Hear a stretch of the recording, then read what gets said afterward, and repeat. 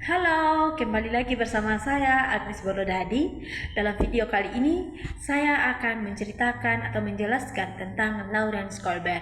Nah, yang pertama-tama tentang biografi dari Lawrence Colbert. Lawrence Colbert adalah seorang psikolog dari Amerika Serikat yang terkenal dengan teorinya tentang perkembangan moral. Lawrence Colbert lahir di New York, Amerika Serikat, dan menempuh pendidikan di Universitas Chicago, di mana ia memperoleh gelar PhD dalam psikolog pada tahun 1958. Lawrence mengembangkan teorinya berdasarkan penelitian terhadap anak-anak dan juga remaja yang dilakukan dengan metode wawancara mengenai dilema moral yang terjadi. Teori ini merupakan pengembangan teori dari perkembangan kognitif James Piaget, akan tetapi Lawrence Colbert menekankan pada perkembangan penilaian moral dan bukan hanya perilaku moral saja.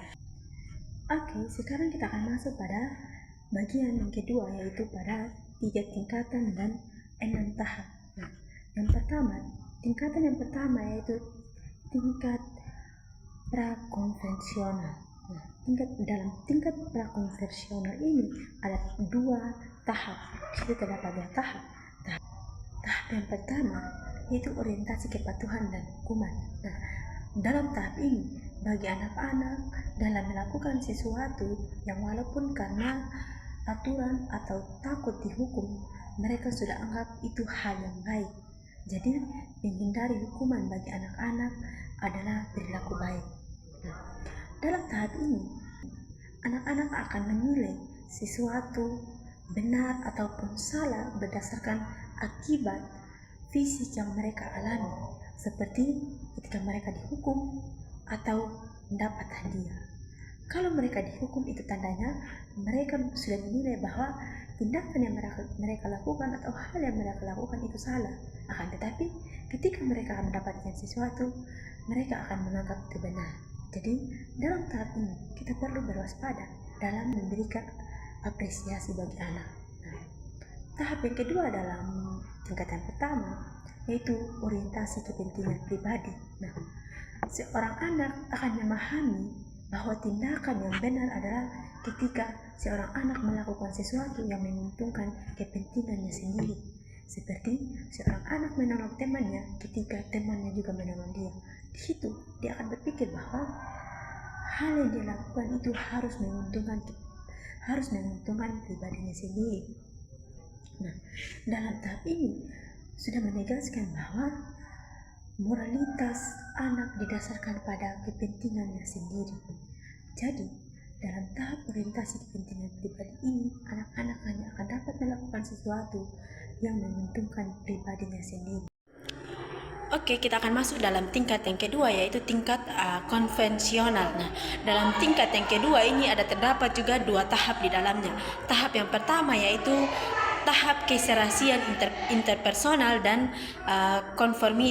konformitas. Nah, di mana dalam tahap ini seseorang berbuat baik hanya untuk mendapatkan penerimaan dan persetujuan orang lain. Nah, niat baik dan menjaga hubungan menjadi penting atau hubungan menjadi aku lagi. Nah, contoh dalam kehidupan peserta didik atau kehidupan anak-anak remaja saat sekarang ini, dalam kehidupan siswa sebagai anak sekolah, siswa akan rajin dan sopan hanya karena ingin dianggap baik atau dianggap sopan oleh gurunya. Sedangkan contoh dalam kehidupan remaja, seorang remaja akan ketika dia menolong temannya itu hanya untuk dianggap peduli dan disenangi oleh kelompoknya. Nah, di mana dalam tahap ini seseorang atau peserta didik hanya akan melakukan sesuatu hanya untuk disenangi oleh orang-orang yang ada di sekelilingnya atau dianggap baik oleh kelompoknya dalam pergaulan. Jadi moralitas dalam tahap ini mulai berkembang ke arah sosial, di mana adanya keinginan untuk menjaga hubungan baik dan diterima di dalam pergaulan atau di dalam sebuah kelompok tersebut. Lalu tahap yang berikutnya ialah tahap otoritas dan pemikiran aturan sosial. Dalam tahap ini seseorang akan menaati aturan hukum dan norma demi menjaga ketertiban sosial. Seseorang memahami bahwa aturan dibuat untuk kebaikan bersama atau untuk kepentingan bersama-sama secara masyarakat ataupun secara sosial. Nah, sedangkan contoh dalam kehidupan anak-anak pada usia remaja ataupun dalam kehidupan peserta didik, siswa hanya dapat datang, contohnya siswa datang tepat waktu karena menyadari pentingnya disiplin bagi kesejahteraan kelas. Jadi dalam poin ini, peserta didik atau anak-anak akan datang tepat waktu hanya karena aturan, tetapi bukan dari keinginan dirinya sendiri, hanya melainkan karena taat pada aturan. Lalu yang contoh yang berikut, anak-anak dalam kelas tidak melakukan penyontekan karena ia tahu bahwa ketika ia melakukan hal tersebut, ia telah melanggar aturan atau melanggar hukum. Jadi dalam tahap ini, kesadaran moral sudah lebih matang dan tindakan disadari pada tanggung jawab terhadap masyarakat dan bukan sekedar ingin dipuji dalam melakukan hal tersebut. Dalam tingkat yang ketiga, yaitu pada tingkat pasca konvensional, terdapat juga 2 tahap. Nah, tahap yang pertama yaitu tahap orientasi kontrak sosial dan hak-hak individu. Nah, di situ di mana seseorang menyadari bahwa aturan dan hukum bisa diubah bila tidak adanya keadilan yang dialami oleh seseorang tersebut. Nah, yang dimaksudkan di sini adalah seseorang akan dapat merubah sikapnya ketika ia tidak menerima keadilan atau tidak diperlakukan dengan adil. Nah, nilai moral didasarkan pada prinsip keadilan dan kesejahteraan umum, sehingga di situ seorang individu akan kehilangan nilai moral jika dia tidak menerima keadilan atau tidak merasakan keadilan dalam kehidupan pribadinya sendiri.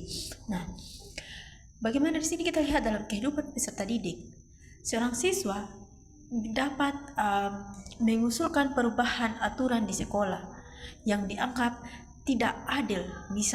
Misalnya dalam peraturan tersebut ada sistem atau peraturan atau poin-poin yang terdapat dalam sekolah tersebut merugikan peserta didik atau siswa. Di situ akan hilangnya nilai moral bagi peserta didik. Di situ dia akan berubah atau pelanggaran yang merugikan siswa tersebut akan membuat peserta didik itu merasa bahwa tidak adanya keadilan yang dialami tidak adanya keadilan bagi mereka dalam sekolah. Nah, lalu yang berikut juga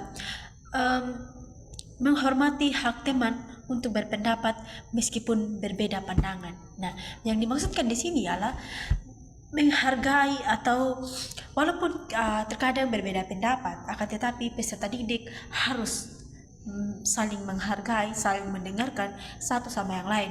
Jadi ketika pihak yang satu berbicara, berarti pihak yang satu harus bersabar atau mendengarkan terlebih dahulu pendapat atau sanggahan dari pihak yang satu. Karena walaupun berbeda pendapat, peserta didik dia harus diajarkan moralitas yang baik, yaitu saling menghargai satu sama yang lain. Nah, di sini adalah yang menjadi makna atau intisari bagi peserta didik, yaitu kesadaran moral semakin luas, tidak hanya taat tetapi juga berpikir kritis tentang keadilan dan kebaikan bersama. Nah, bagaimana di sini masyarakat ataupun peserta didik diajarkan bahwa menaati peraturan atau kesadaran moral itu bukan hanya sekedar taat saja, akan tetapi bagaimana masyarakat dituntut atau dia diusahakan untuk berpikir kritis tentang keadilan dan kebaikan bersama-sama. Nah, kita akan masuk dalam tahap yang berikut, yaitu tahap orientasi atau prinsip. Kita akan masuk dalam tahap yang berikut, yaitu tahap etika universal. Nah, dalam tahap ini individu bertindak berdasarkan prinsip moral universal seperti keadilan, kebenaran, dan penghargaan terhadap martabat manusia, meskipun bertentangan dengan hukum atau tekanan sosial. Misalnya, siswa berani berkata jujur walaupun akibatnya mungkin merugikan dirinya, seperti mengaku bahwa dia melakukan penyontekan dalam kelas akan mendapatkan dia nilai rendah. Nah, bagaimana di sini peserta didik kita mengajarkan mereka untuk berkata jujur, walaupun dengan demikian ketika mereka berkata jujur berarti mereka juga harus menanggung risiko atau apa timbal balik dari apa yang menjadi tindakan mereka. Lalu yang berikut, membela teman yang diperlakukan tidak adil walaupun teman lain tidak setuju. Terkadang mereka akan membela teman mereka walaupun tidak banyak yang membela, tetapi mereka akan ada di pihak untuk membela teman mereka tersebut yang sedang ada dalam kesalahan atau dalam kesulitan. Nah, dalam tahap ini moralitas tertinggi, seseorang berbuat baik bukan karena takut hukuman atau ingin disukai, akan tetapi karena kesadaran hati nurani dan prinsip moral pribadi.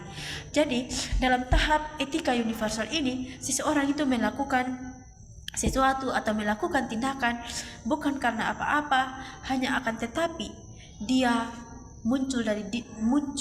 hal tersebut muncul dalam dirinya sendiri untuk menolong teman atau kerabatnya dalam kesusahan. Oke, kita akan masuk pada implikasi bagi guru dalam mengajar. Nah, implikasi bagi guru dalam mengajar itu yang pertama, bagaimana guru menumbuhkan sikap moral siswa. Nah, situ bukan hanya sekedar kepatuhan, akan tetapi guru dapat memberikan kesempatan bagi anak-anak dalam berpikir kritis tentang sesuatu yang benar ataupun yang salah. Nah, di situ guru dapat berperan penting untuk menumbuhkan sikap moral peserta didik. Lalu yang berikut, guru juga dapat menggunakan metode diskusi yang berkaitan dengan moral. Nah, dalam metode diskusi ini, guru dapat mengambil judul atau contoh tentang apakah mencuri itu adalah sikap moral yang baik atau tidak. Nah, anak-anak akan mendiskusikan tentang sikap tersebut, akan mencuri itu baik atau tidak. Nah, dengan demikian, guru juga dapat memandu anak-anak atau peserta didik bahwa mencuri adalah hal yang tidak baik atau sikap moral yang buruk. Di situ anak-anak dapat memahami bahwa itu adalah salah satu sikap yang menyebabkan moral mereka buruk. Lalu yang berikut juga, guru harus menjadi teladan moral. Bagaimana di situ guru menunjukkan sikap yang jujur, bertanggung jawab, dan menunjukkan sikap moral yang nyata dalam kehidupan anak-anak ataupun dalam kelas.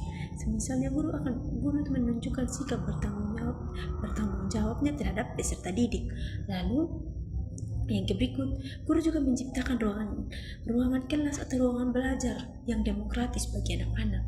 Di situ bukan saja siswa yang berbicara, akan tetapi peserta didik juga bebas berpendapat dan menyepakati aturan kelas bersama-sama dengan guru. Kelas juga, dalam ruangan kelas guru dapat menciptakan aturan-aturan bersama-sama dengan anak-anak ataupun peserta didik. Nah, selain dari itu juga guru dan anak ataupun guru dan peserta didik harus tetap saling menghargai.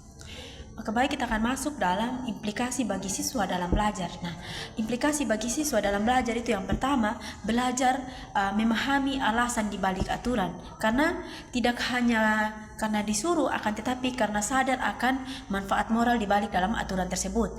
Kedua, ialah berlatih empati dan tanggung jawab sosial, misalnya membantu teman tanpa pamrih. Jadi peserta didik juga yang dapat menjadi implikasi bagi mereka, yaitu ketika mereka lakukan sesuatu atau ketika mereka membantu seseorang, yaitu ketika mereka harus membantu teman tanpa membutuhkan imbalan atau tanpa membutuhkan pamrih. Lalu yang ketiga, mengembangkan moral dan otonomi mereka, yaitu otonomi yang ada dalam setiap diri mereka, seperti mampu mengambil keputusan sendiri berdasarkan kebenaran dan bukan karena tekanan dari teman sebaya ataupun dari tekanan orang lain. Sedangkan yang keempat ialah membangun karakter spiritualitas atau karakter Kristiani bagi anak atau bagi peserta didik sesuai dengan nilai kasih, keadilan, dan integritas seperti yang diajarkan Yesus Kristus atau yang sudah menjadi teladan dari Yesus Kristus sendiri. Jadi inilah yang akan menjadi implikasi bagi peserta didik dalam proses belajar, bagaimana mereka memahami aturan, memahami makna dari hukuman, bahwa nilai moral itu bukan hanya saja sekedar dilakukan, akan tetapi mereka perlu memahami makna dari nilai-nilai moral tersebut. Jadi demikian ini dari video saya. Terima kasih atas perhatiannya, terima kasih dan shalom. Bye bye.